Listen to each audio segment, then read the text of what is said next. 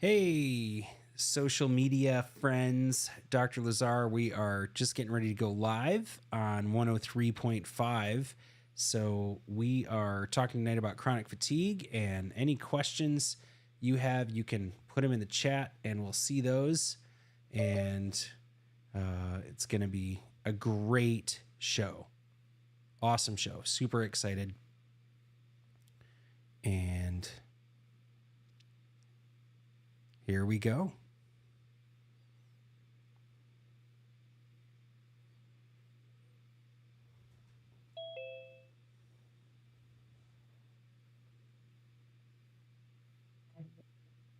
Okay, Dr. Lazar, I got you now. Awesome. Can you hear me okay? Yeah, I can hear you just fine. I'm going to go ahead and put you guys on now right now. Test. Okay? Yep, I can hear both of you just fine. Great. All right, mic's up. My dreams are a dream. Welcome to your weekly checkup. I'm Dr. Lazar in studio with Jaden. Super excited to be with you. Chronic fatigue is what we're talking about tonight, and it is a really, really big deal because it is super overwhelming to deal with chronic fatigue.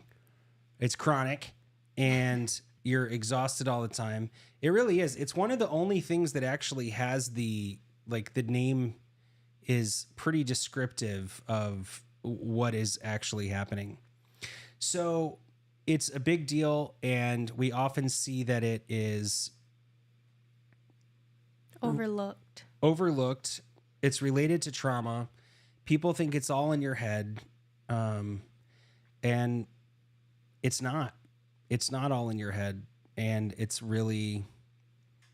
challenging. I agree. A lot of times, the biggest, I would say overall, time people will say over and over again, I'm coming to you. Nobody's listening to me. I thought I was crazy. We hear that all the time in consultations. They said it was normal. They said I just needed more rest or more water or I was dehydrated. And people tell me all the time, I knew something was wrong, and They said I was crazy. Well, and, people might be crazy, but there also is stuff going on, which is a challenge. And so what we find with this is, and it's big to realize because we miss 100% of what we're not looking for. And so what happens with the nervous system is right at the brainstem level, the signals that come into the brain from the rest of the body, there are two signals. One of them is a pain signal. And pain signals typically are slower signals to the brain. Not typically, that's how they're designed to be. They're slower signals to the brain. And that's important because if you felt everything right away, you'd be in big trouble, basically. That's a big factor. The other signal that comes to the brain is called proprioception. That's the body awareness type signal. And that one you'd better know you have. That one better be working, because if it's not working and it's dark outside and you step to the edge of a cliff, you better know. Otherwise, that's a life-ending event. So you have to know where your body is in space. When there's been trauma to the head and to the upper neck, pressure starts to develop on the brainstem. Now, it's not bone on the brainstem. You'd have to get hit by a Mack truck and you wouldn't survive that if bone was touching the brainstem. But the brainstem is surrounded by a little donut-shaped bone that weighs about 2.5 ounces. And when that gets out of alignment, there's like some spider web material inside there. And that's what gets twisted up like saran wrap. And it messes with kind of chokes off the brainstem. The brainstem controls things like pain signals, body awareness signals, involuntary muscle control that helps us with posture, immune system, wake and sleep cycles, brain chemistry, respiratory function, immune function, just to name a few of the things. So if there's pressure on that brainstem, and that's where the signals come from the body to the brainstem and then they cross. That's why you hear about if somebody has left-sided brain damage, it affects the right side of their body. that's at what's called the decussation, or the area of crossing in the brainstem. And if there's pressure right in that area, those signals where they cross will actually get switched.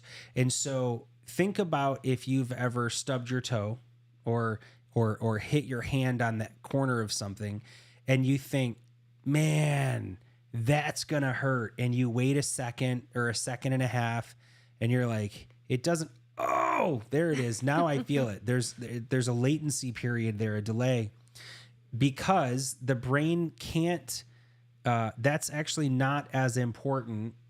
Like, you stepping on a nail is not as important as you stepping off a cliff. Right. If you think about how those signals are prioritized.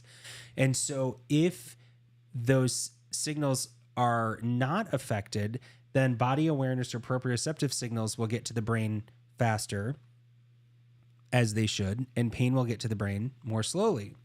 Well, when there's been trauma, accidents, injuries, birth traumas, any sort of thing that throws the head off center, it'll tear loose the connective tissue that holds the spine together, and then the spine breaks down and locks in a stressed position. That's where there's pressure that shows up on the brainstem, and then those signals switch. And so now, instead of somebody who's got good body awareness in space, isn't very clumsy, and isn't hurting all the time, the speed of those signals getting to the brain switches. So now we hurt all the time, everywhere, even though there's nothing happening in those areas, which makes physical medicine and rehabilitation doctors and physiatrists and things think you're crazy. And if you think of anybody with any sort of chronic fatigue, fibromyalgia, complex regional pain syndrome, anything in that family of dysautonomic dysregulation of the autonomic nervous system leading to pain issues, those people are in pain and they're clumsy. If you talk to them, they're like, I trip, I walk into walls jump out at me. That's because those signals in the nervous system are switched. It's super, super straightforward. Even if you're not extremely clumsy, people will say all the time, I don't know, I must have just slept wrong. And that is, I don't really like to say side effect, but that's all I can think of right now. But that is a side effect of chronic fatigue. And it's not because you're getting older or you're not just working out as much. That definitely will play a role. But that is like the definition of chronic fatigue. What about the people listening? What about the moms listening who have little kiddos at home? Yes. And they're saying, I'm exhausted all the time.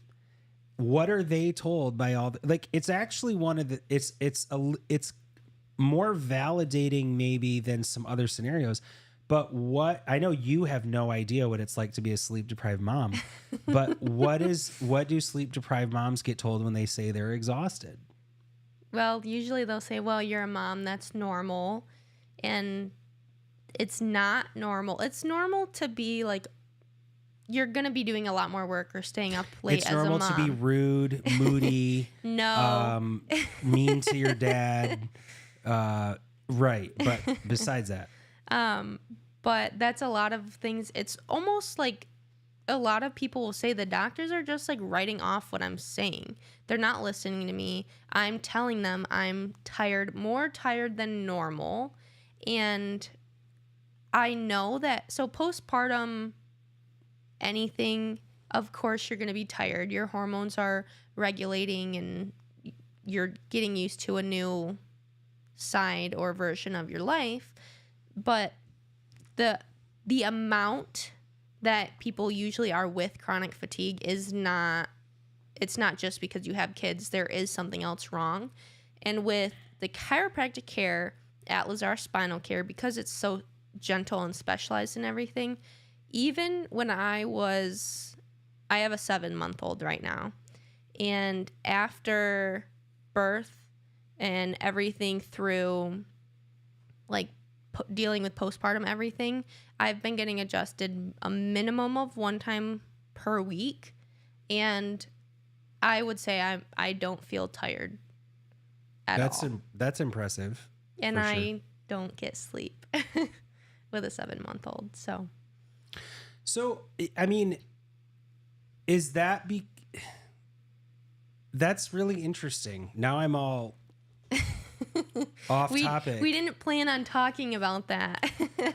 The reason I am intrigued by that is because you've been getting adjusted your whole life, and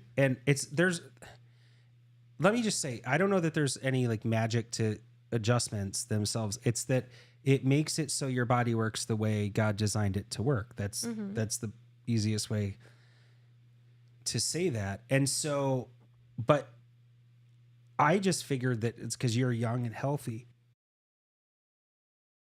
I think it's completely because I'm getting adjusted, and because I've been adjusted my whole life, I'm at the point where I don't need to be adjusted one time every week. That's very frequent, actually. But I feel the best when I get adjusted every week, so that's what I choose to do. But even though I have a baby right now that is up quite often throughout the night, I feel like I have more sleep, or like I feel more refreshed in the morning than I did pre-pregnancy. Pre-pregnancy. Not while you were pregnant. No, while I was pregnant, I got even less sleep. But pre-pregnancy, and I didn't really like stay up late before I was pregnant either. Like I had a routine. And I would just wake up and be like, oh my gosh, I don't want to get up. It's taking so much. It's taking all my energy. Like there was nothing that I was like, oh, I don't want to do this today. It was just worn out in the morning, right when I got up. Interesting. If you're just tuning in, this is your weekly checkup, 866-521-WELL, 866-521-9355. We're taking your calls live. We're also on social media, on the interwebs, on the social media interwebs platforms. Is that how you say it? No. Yes, it is. And so anyway, leave your comments on there. We'll be happy to see how those are going. Anyway, we're going to take a short break. We'll be back to take your calls right after this.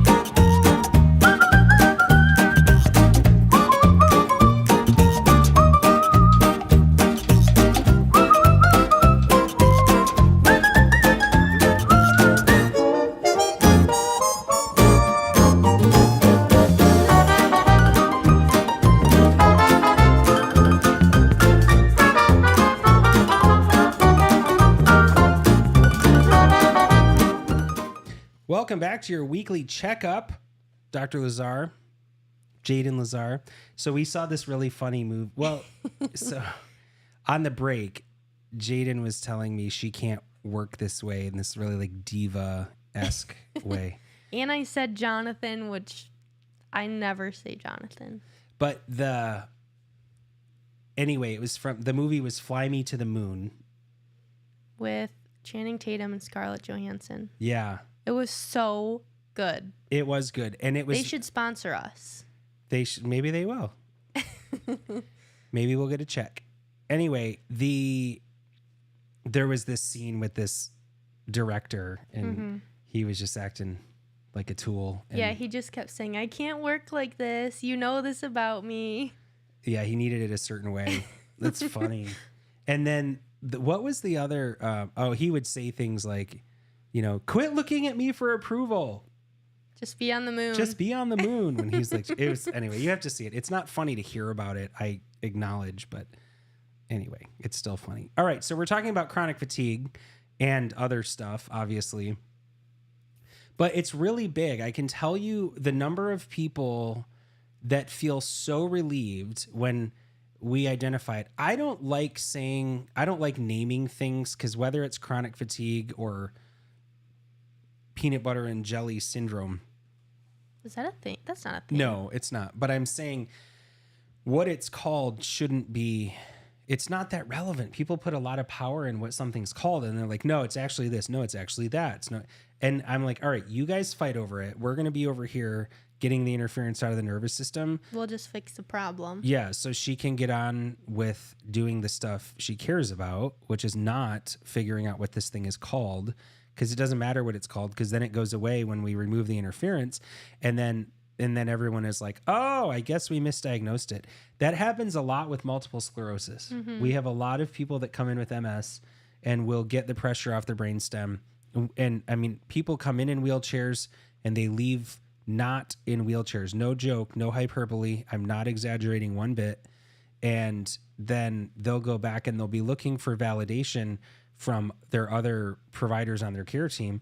And then they'll say, well, multiple sclerosis doesn't go away. So I know we said it was multiple sclerosis and you were using a cane and then a walker, and now you're in a wheelchair.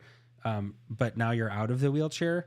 But, and the only thing different is that you got the pressure taken off your brainstem. And when I say that, by the way, know that that's a gentle, very, very gentle procedure. I think that can sound scary, Yeah. but My son got adjusted 30 minutes after he was born. As soon as we were out of the OR, he was adjusted by Dr. Lazar. And he stayed asleep for the adjustment. the baby did. Yes. Not Dr. So Lazar. the thing is, when those things change, the problem is if you're putting a lot of weight in what it's called, and if you need that, fine. I'm just saying that like naming diseases is not that important to us. What we find is that We will hear you when you tell us that's what you're dealing with. Yeah, for sure. But our job is not to like name it. Our job is to like find the interference and remove the interference and let your body work the way it's designed to work. And so instead of getting tied up in the nomenclature of, is it this or that or the other thing, we're kind of like, does it matter? We found interference, we removed interference, it went away. So are you cool with that? Or, and of course people are. But what can be frustrating for them is that then other people on their care team will say, well, it must have been misdiagnosed. That must not have been what it was, because that doesn't go away. We hear that all the time, which is cool, but frustrating for them. When I was pregnant with my son, I had what was called Single umbilical SUA. artery. Yes, single umbilical artery. And that there's supposed to be 2 arteries and 1 vein in the umbilical cord to the baby. And I only had 1 artery. And they said he's going to stop growing and we're going to have to induce labor. He won't make it. We're hoping he makes it halfway. You will not make it full term. And like then he won't survive, or you'll have to deliver early? I would have to deliver early. They said he's not going to get the blood flow that he needs to grow. And so he's just going to stop growing and we're going to have to induce labor.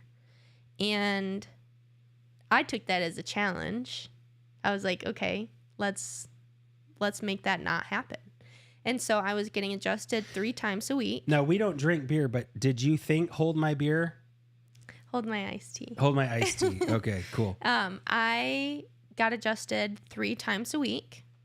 And we also have this device that improves blood flow and circulation and oxygen. That's called Beamer. I used that twice a day as well. And I made it full term to 38 weeks and 2 days. I mean, who's counting? And my doctors, the whole time they were saying, wow, we don't know why he's still growing. We've never seen this before. We don't know why he's growing. And I said, oh, I'm getting adjusted and I'm using Beamer. And I explained what it was. And they said, well, it's not that. We don't know what it is, but we know it's not that. And I was like, why are you telling me this? Because I know that this is why my son is still growing. You know, there's no interference. Like, just because I got adjusted doesn't mean that SUA, the anomaly, is not going to happen. But Oliver was still growing, and he's totally fine. You also, I mean, it's cool how God creates us, because if you're supposed to have 2 umbilical arteries, usually with SUA, people will have 2 and then one will kind of shrink up and close up and go away. But what a cool design. Like, God designs a redundancy there. Just in case. Just in case, because his plan is perfect.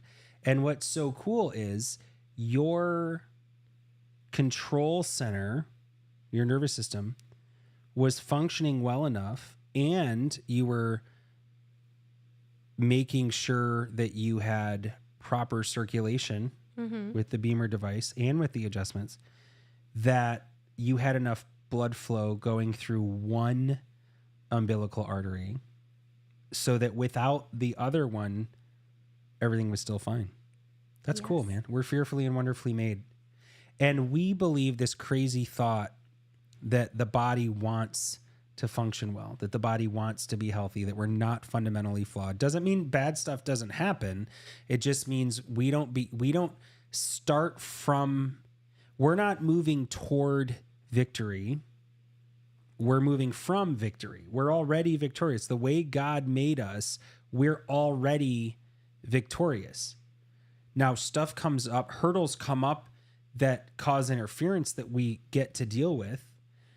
But we're not moving from failure or defeat toward victory. We're moving from victory through some hurdles, sometimes called life, to eternal victory. And that's a big difference. That's a very, very big difference than working from a place of, I'm super flawed and I hope I can make it someday. We've already made it. We're fearfully and wonderfully made, you know? So our topic tonight, for anyone who is just now joining in, is chronic fatigue and how our upper cervical chiropractic care can help with chronic fatigue. And one thing that I just thought of now is that babies, when they're learning to crawl and walk and sit and they're growing, so they already have birth trauma just alone from being born alone anyway. And then as they're growing and learning, the amount of times that they fall and hit their head, like, that is awful. That's how they're made. Their bodies are able to handle that if they're getting adjusted. Because if they don't get adjusted, it's like you just keep stacking and stacking and stacking. Eventually it's going to all the pressure on their brainstem, and it's not good.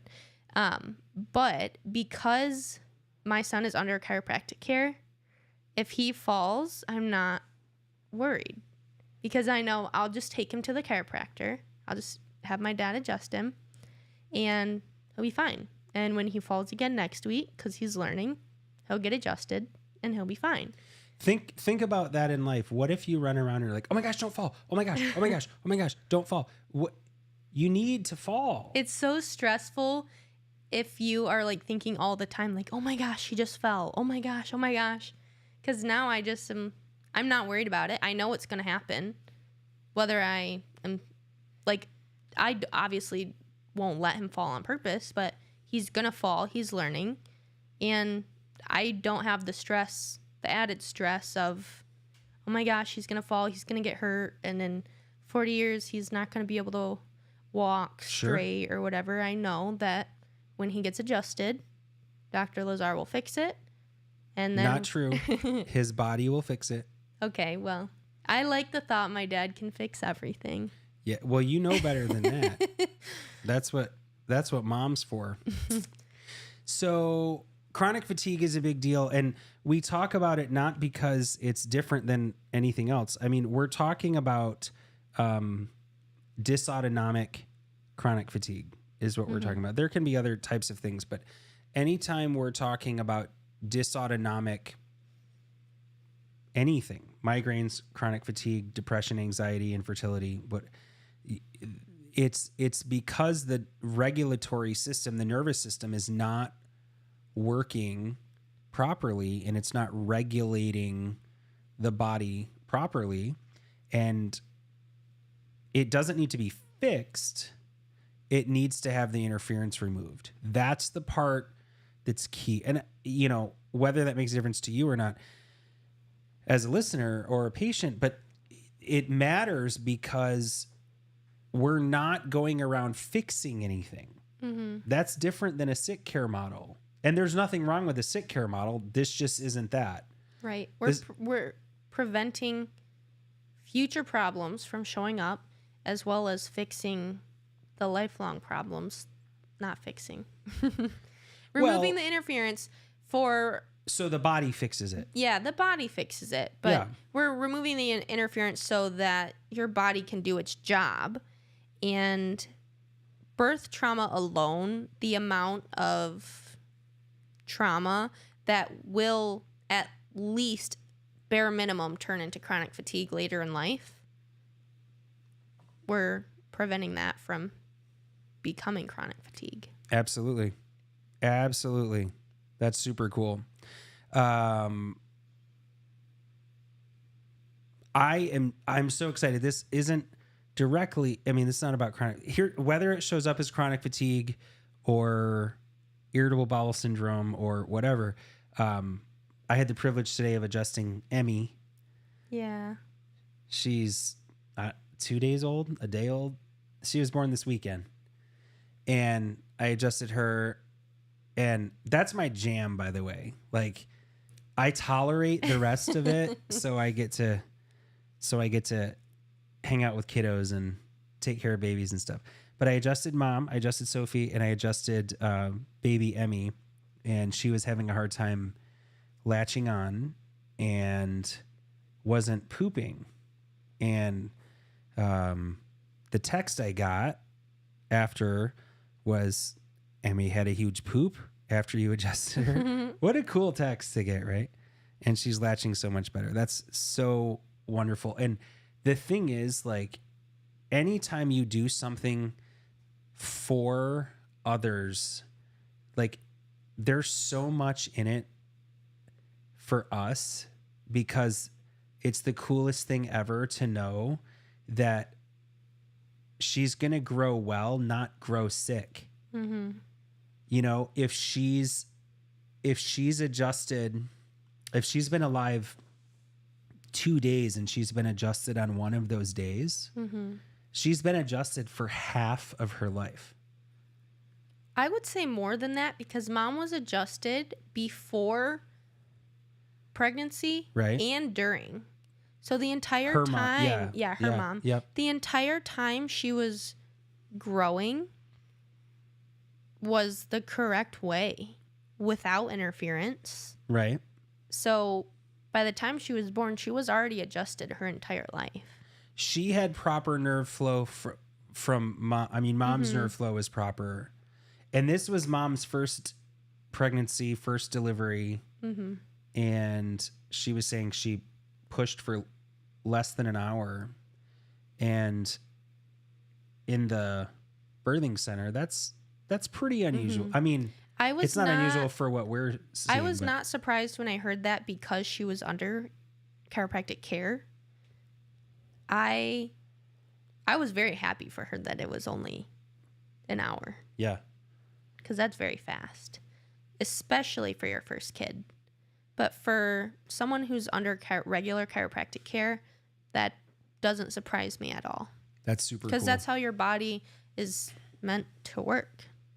Yeah, so we have kind of a theory a working theory. We'll talk about it after the break, but our number is 866-521-WELL, 866-521-9355. We're going to take a short break. We'll be back to talk about babies and poop. Just kidding. To talk about chronic fatigue and any questions you have. So make sure you give us a call. We'll be right back.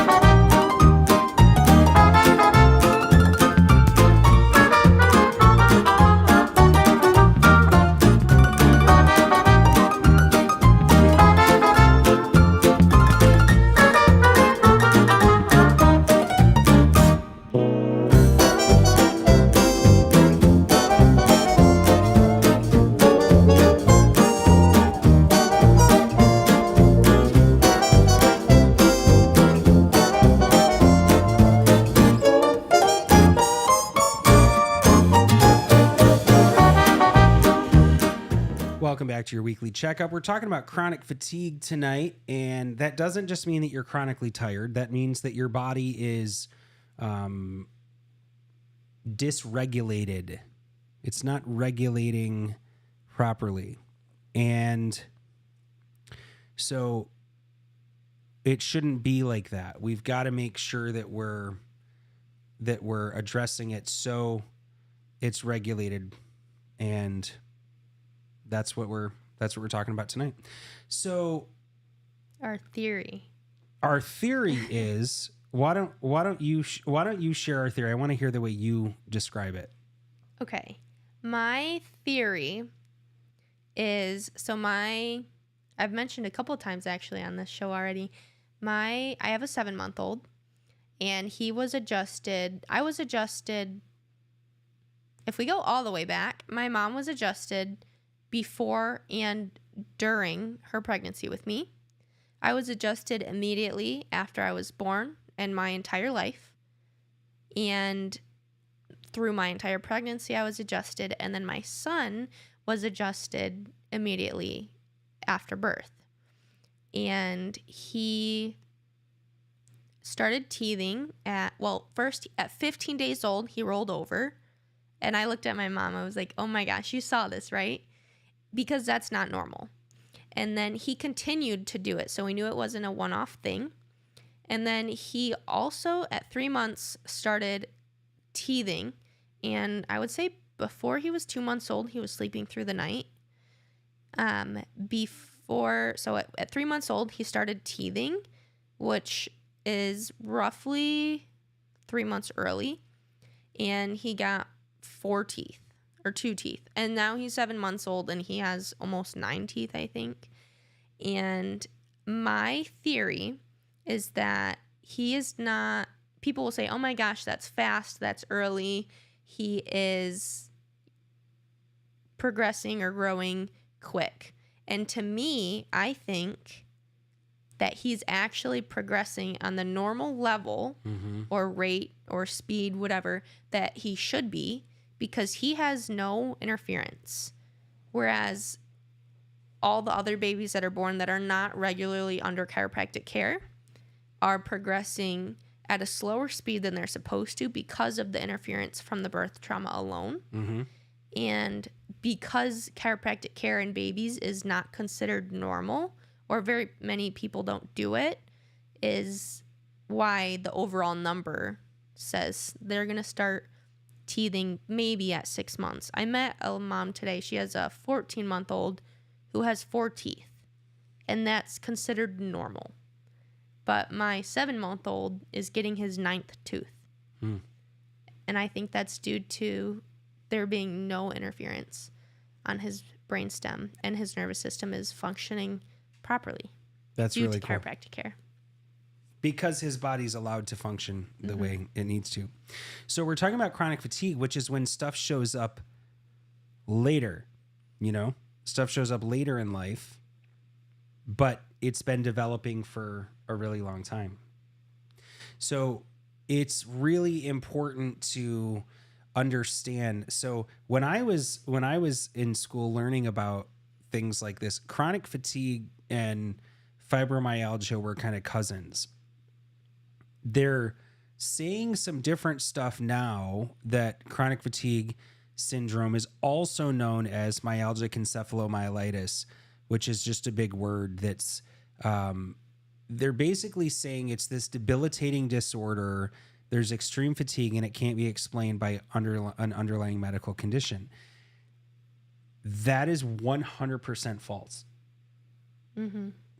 Even though that's the popular thing, they're saying there's nothing that can explain it. And you don't even have to tell us. We can look at your x-rays and say, this person is dysregulated. They're going to be dealing with chronic pain, be completely exhausted. And they'll look at us like, oh my gosh, I came in here because my hand was numb.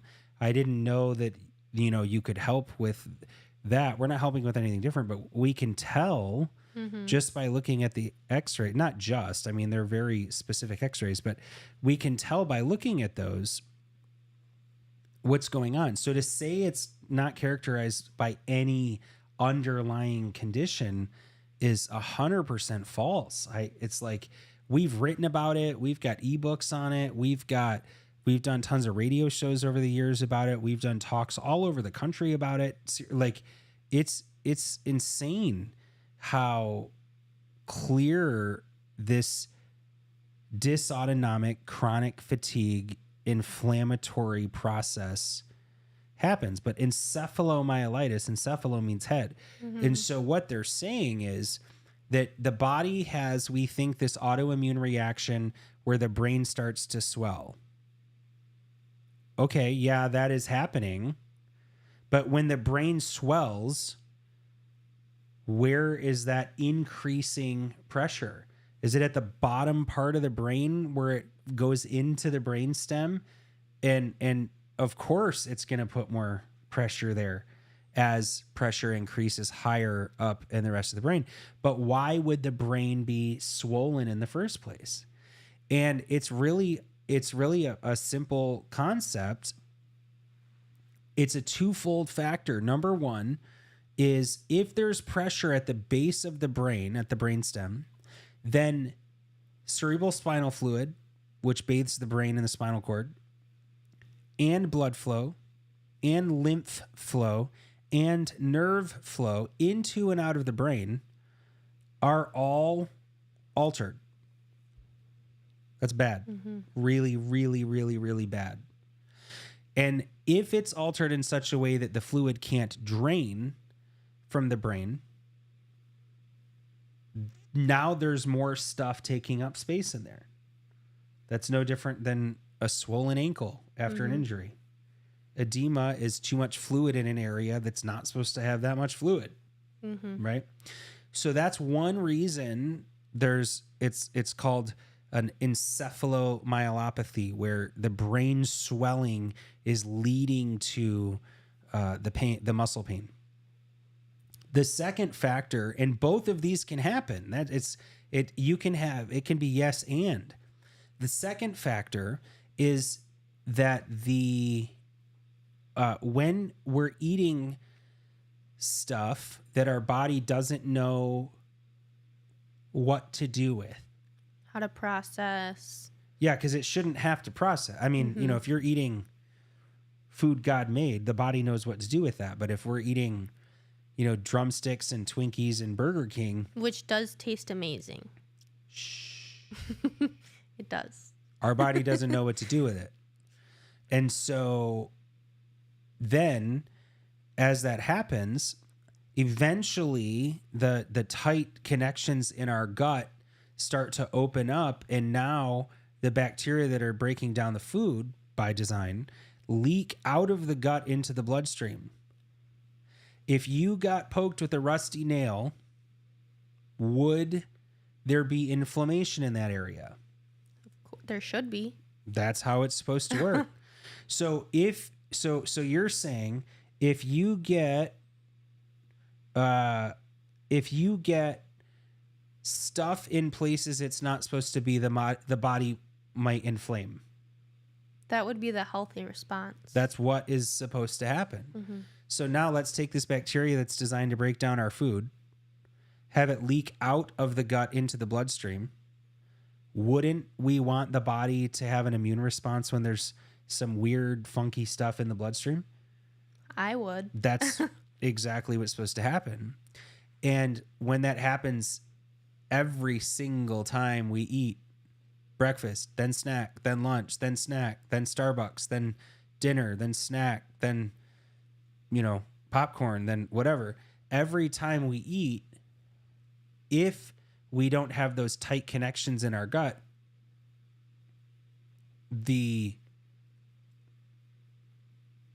all the bacteria, the acids, the things that aren't supposed to be in the bloodstream get out into the bloodstream. It creates inflammation, and years of that inflammation will cause the blood-brain barrier to start getting weak. And then we have a leaky brain. And so now all that junk gets into the brain. So now we've got a double whammy on that. And so there's other stuff that needs to be done. But the most overlooked is making sure your nervous system, the regulatory system, is working well and that you have no pressure here on the brainstem. If you were to look up chronic fatigue syndrome or CFS or chronic fatigue, and you were to look up what is the treatment for chronic fatigue, they would say there is no treatment, period. But what you might be able to try is, you can try eating healthy and you can try lifelong medication that comes with other side effects, but it says there's no treatment. And that to me is really sad because that's not true. Upper cervical chiropractic care can help because it's not like you had a car accident and you lost your leg and you're never going to get that leg back. That would make sense. But because this is due to pressure on the brainstem, and if we can remove that pressure, there is no reason for the diagnosis, I guess, of chronic fatigue. It bothers me that they're allowed to say that. That there's no treatment. Yeah. We don't use the word It's treatment not in treatment. our office. Yeah, that's true. Because it sounds kind of scary, treatment. But That to means there's me- something wrong. Mm-hmm. And we're not treating anything. People, I think, so anyone who's dealing with MS or chronic fatigue or leaky gut or whatever, that is actually normal to deal with. The problem when you're experiencing that and not having, not getting adjusted and removing the interference is your body won't be able to, regulate and work the way it's supposed to. But that is actually, it's not life-threatening to have chronic fatigue if it's being managed correctly. And it doesn't mean leave it alone or ignore it. It means stop treating it like there's something wrong. Mm-hmm. Like if I go to the mountain, if I go out west to ski and I'm in, Vail or Breckenridge, holy cow, Breckenridge is is high. beautiful. Breckenridge is the base of Peak 8 is 10,000 feet above sea level. I think we went skiing on one that was 13,800. The peak is something. higher, but the base of it where you sleep and feel like you're dying just because you walk upstairs is high. Now, They sell little oxygen masks. It's kind of what it looks like. You literally are spraying. they're cans of Oxygen. oxygen. Yeah. And Beamer helps with that, man. That was big. But here's the thing. If I go out there and my number of red blood cells change, Mm-hmm. isn't that a normal physiological response? Yes. Yeah, I'm at a higher altitude. The demands on my body are different. Mm-hmm. So it doesn't mean there's a problem. If I go run laps and start sweating, I don't think, oh my gosh, I have hyperhidrosis. I need a I need help with this. I should be sweating if I'm running and exerting like that, and my basal metabolic rate is high. And that's good for your heart and your health and everything. Yeah, it's like we look at these things that are inconvenient and think that they're a problem. And when the check engine light comes on, the check engine light is not the problem. Mm-hmm. That's letting us know, thank God, it's letting us know there's something else going on. We're going to take a short break. We'll be back right after this.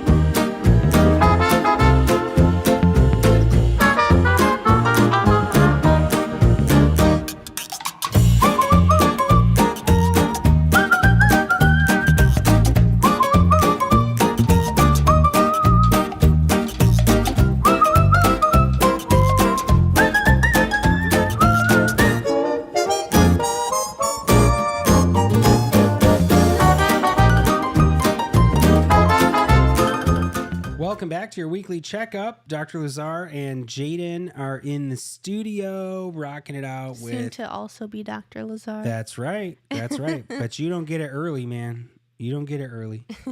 And super excited to offer hope. I mean, that's what this is about. We can tell you all these fancy words like, encephalomyelitis. You like how I did that? No, hang on. Don't say it like that. Hold on a minute.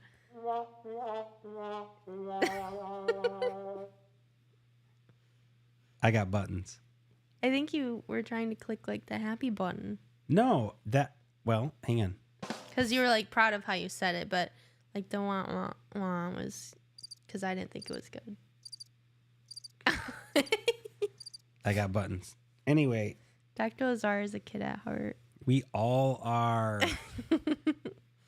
So we're super grateful that you tune in. Every week we meet such cool people that come in that have listened to the radio over the years or have just heard it.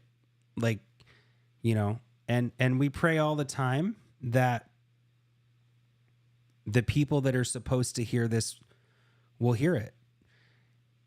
Because we don't do this show for us, We're honored to serve, but this isn't. I mean, we don't need to hear ourselves talk. We had a patient come in the other day. She's so sweet, and she called and she was like, "I was just listening to your radio. I don't normally listen to this station, but for some reason it was on in my car, and." She called and she was like, I was crushed by a high-low. I was like buried for a while.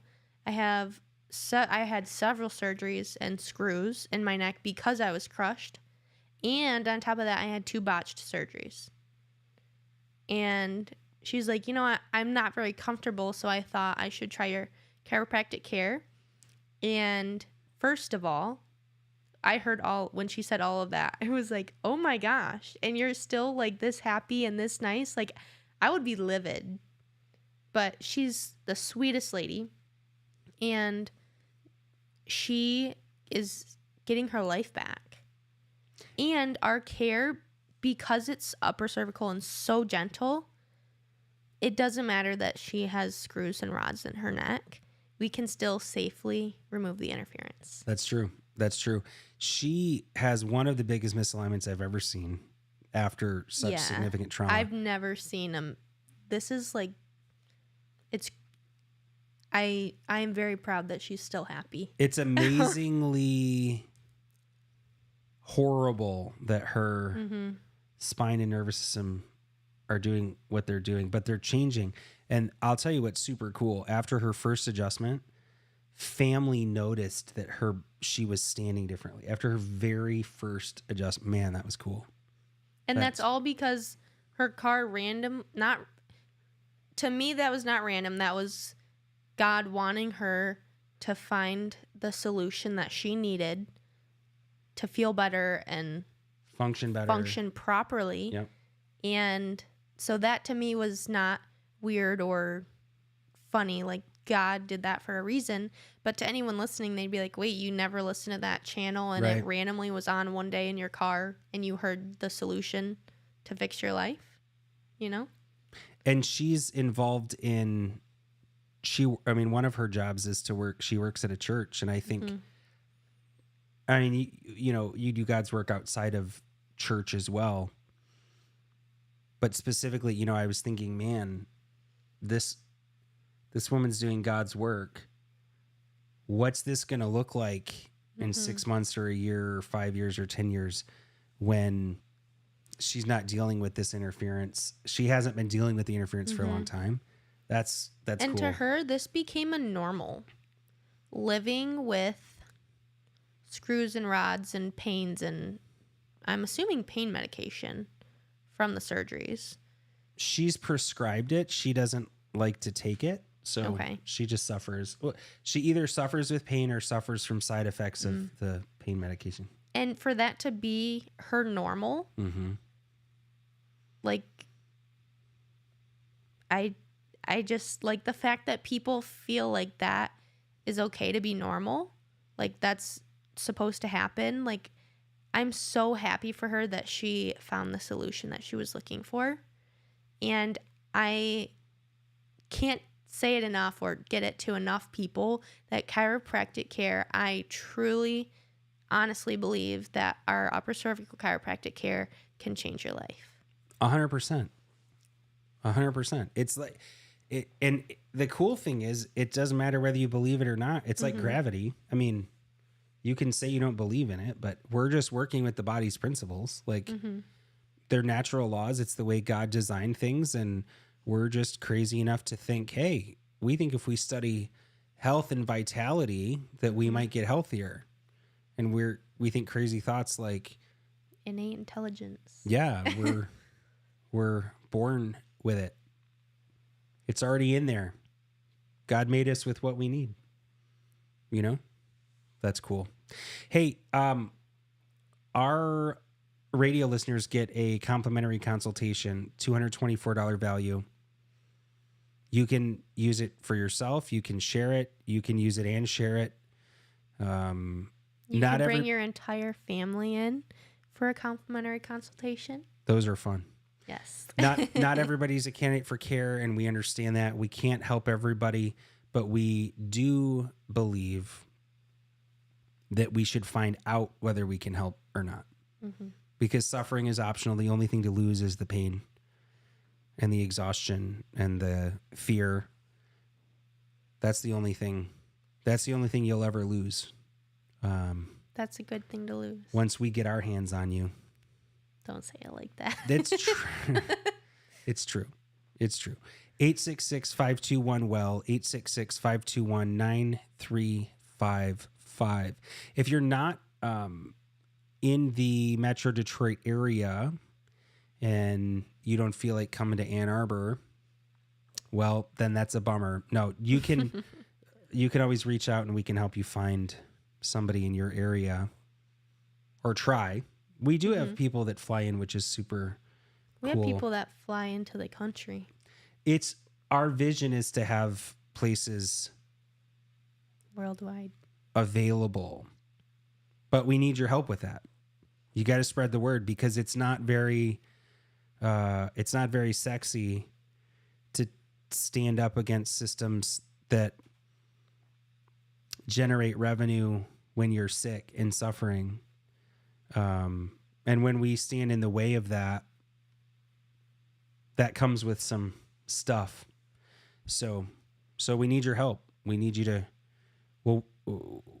to share with your peeps. Anyway, we appreciate you tuning in.